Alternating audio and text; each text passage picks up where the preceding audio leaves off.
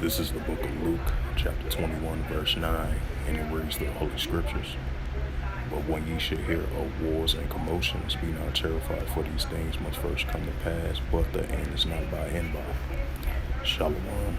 First and foremost, I'd like to give all praises and glory and honor to Yahweh Ba'ashem, Yahweh Shai Ba'ashem, Wakakadash. Shalom to the elders for preaching the word truthfully and sincerely. And shalom to the Akim scattered through the four corners of the globe, preaching the word truthfully and sincerely as well too. And I say shalom to the Akim out there, and this is a sit-down lesson that I want to bring out. And this is a recent news article from RT.com as of July the 21st, 2023, from RT Alternative World News. And it reads, North Korea fires multiple cruise missiles, according to Seoul. The latest weapon test comes shortly after Pyongyang threatened Washington with nuclear retaliation. North Korea launched several cruise missiles early on Saturday, according to the Seoul's Joint Chief of Staff, marking yet another show of force in response to the docking of the U.S. ballistic missile submarine in South Korea for the first time in decades. The launch were detected at around 4 a.m. local time, the Yonhap News Agency reported on Saturday morning. On Thursday, North Korea threatening a nuclear response if the U.S. deployed aircraft carriers, bombers, and missile submarines in South Korea, according to the state media shared by the state media channel KCNA.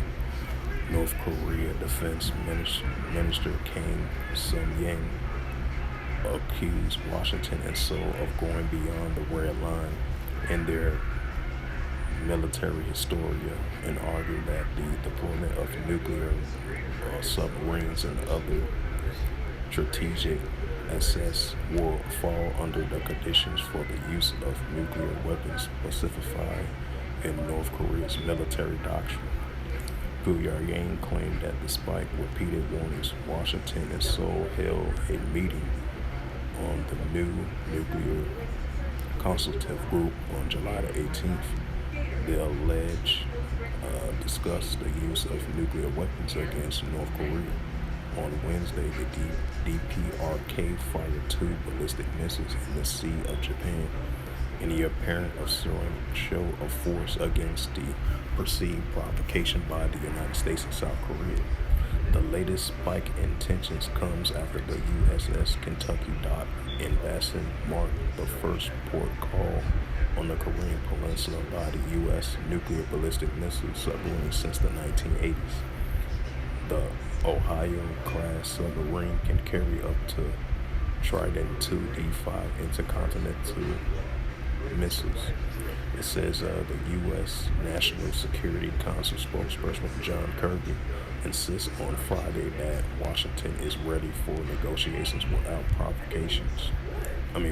preconditions to denuclearize the peninsula, while arguing that the deployment of a nuclear-capable submarine was necessary to protect not just allies, but also 38,000 U.S. troops and their families in South Korea. This is the book of Luke, chapter 21, verse 9, and it reads, it says, But when ye should hear of wars and commotions, be not terrified, for these things must first come to pass, but the end is not by and by. And this is the book of Luke, chapter 21, verse 10. Then say he unto them, Nation shall rise against nation, and kingdom against kingdom. So with that, hopefully this lesson was edifying of this recent news article from RT.com as of July the 21st, 2023. And it reads again, North Korea fires multiple cruise missiles. So with that, hopefully this lesson was edifying, as I mentioned before. And I'd like to give all praises and glory and honor to Yahweh Ba'ashem, Yahweh Shai Ba'ashem, Wakakadash. Shalom to the elders for preaching the word truthfully and sincerely. And shalom to the Akim scattered through the four corners of the globe, preaching the word truthfully and sincerely as well too. And until next time, I will say Shalom.